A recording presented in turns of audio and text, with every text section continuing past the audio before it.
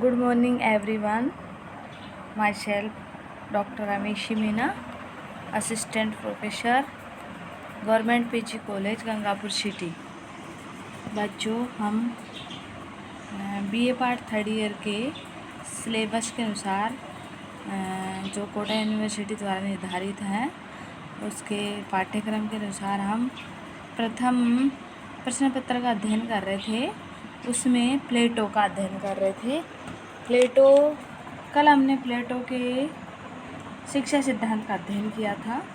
आज हम प्लेटो के न्याय संबंधी सिद्धांत का अध्ययन करेंगे।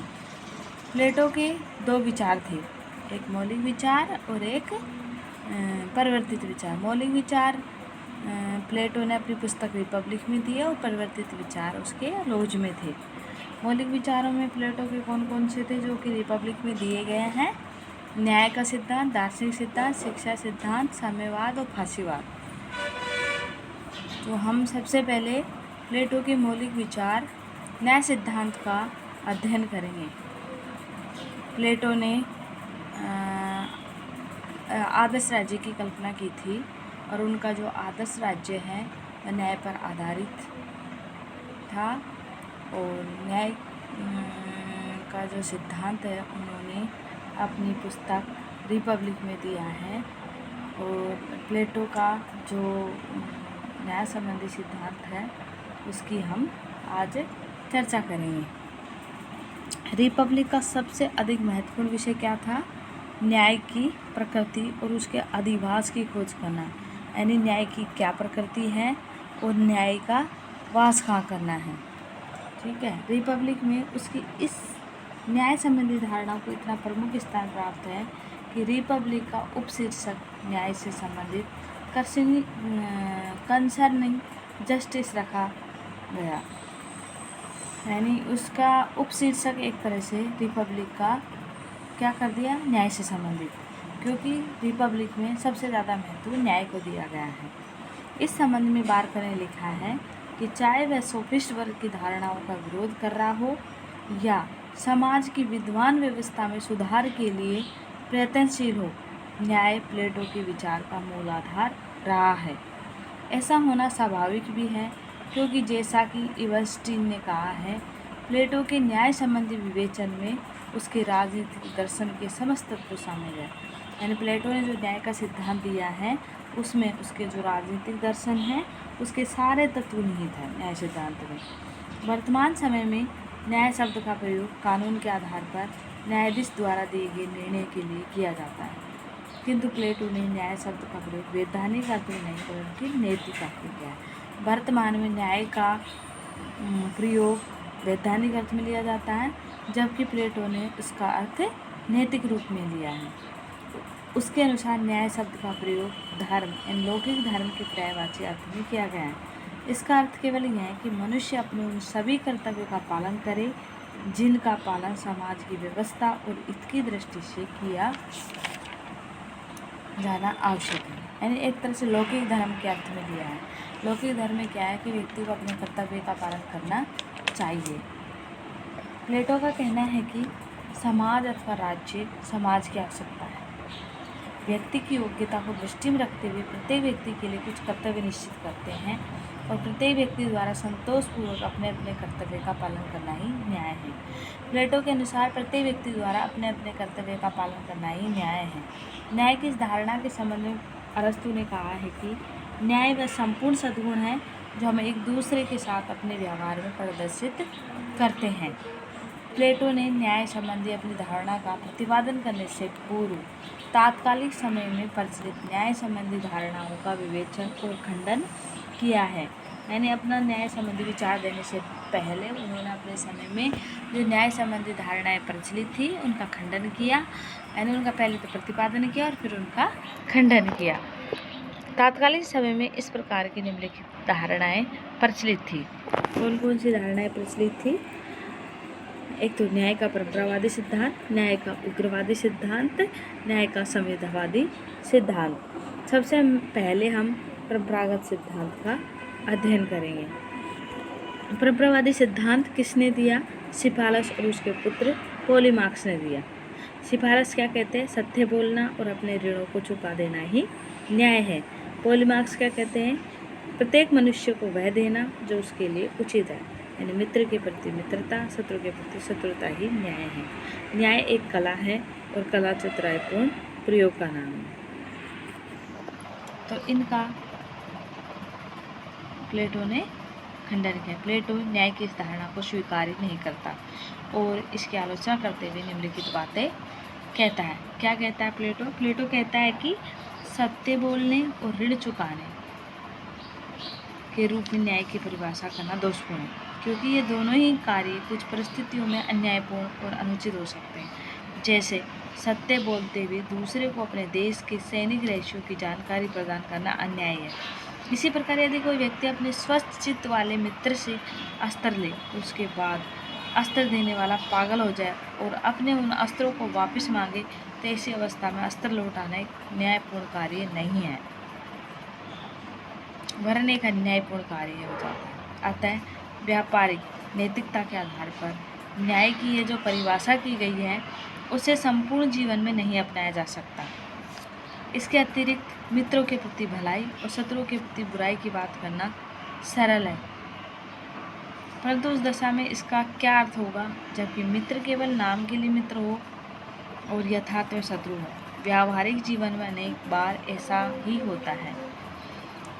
यह भी एक विचारणीय प्रश्न है कि क्या शत्रुओं के प्रति बुराई करना न्याय है? यह तो नैतिकता के सबसे सामान्य सिद्धांत के विरुद्ध है। जिन व्यक्तियों के विरुद्ध बुराई की जाती है उनका अधपतन हो जाता है। किसी व्यक्ति की स्थिति को पहले की अपेक्षा अधिक खराब करना न्याय कभी नहीं हो सकता। इन सब के अतिरिक्त न्याय के संबंध में सिफारिश और पॉलीमार्क्स द्वारा जो विचार व्यक्त किए गए वे नितांत व्यक्तिगत है। ये व्यक्तिगत दृष्टिकोण समाज के लिए अहितकर होगा, क्योंकि ऐसा व्यक्ति समाज की उपेक्षा करेगा।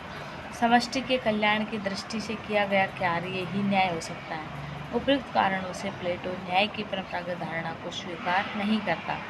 न्याय कहते हैं कि इनके जो विचार है, प्लेटो कहते हैं कि इनके जो विचार है वे व्यक्तिगत है और व्यक्तिगत विचार कभी समाज का कल्याण नहीं कर सकते। जो समष्टि पर आधारित होते हैं, संपूर्ण समाज के कल्याण पर आधारित जो विचार होते हैं उन्हीं से समाज का कल्याण होता है। अब इसके बाद हम क्रांतिकारी सिद्धांत का अध्ययन करते हैं, ये चर्चा करते हैं।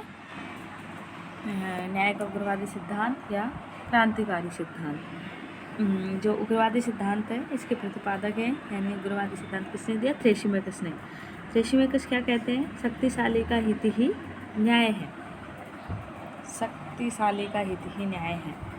इसका उपसाध्य है अन्याय न्याय से श्रेष्ठतर है। क्या कहते हैं? कि अन्याय न्याय से श्रेष्ठतर है। इसका भी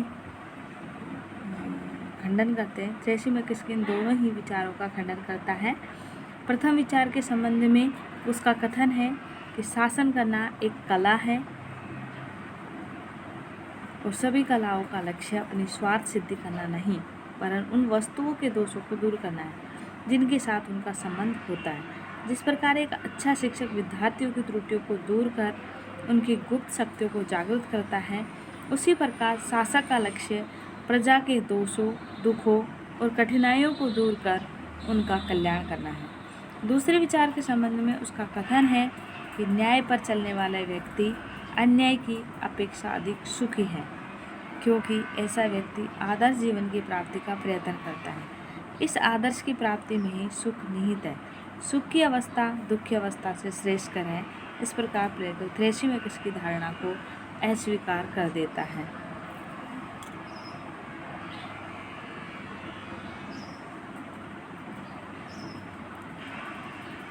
तीसरा सिद्धांत है न्याय का संविधावादी सिद्धांत। इसके प्रतिपादक हैं ग्लोकन। ग्लोकन क्या कहते हैं? न्याय भय का शिशु है। ग्लोकन के अनुसार न्याय एक कृत्रिम वस्तु है।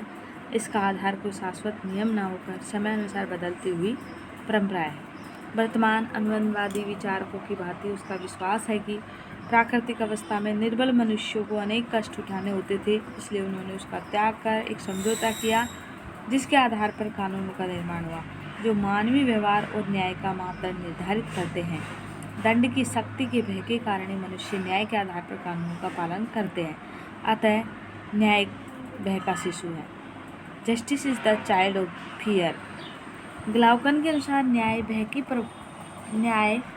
प्रकृति पर आधारित है तथा यह निर्बलों की आवश्यकता है, न कि शक्तिशाली का हित। इस प्रकार से ग्लाउकन के सिद्धांत के निम्न दो परिणाम हैं।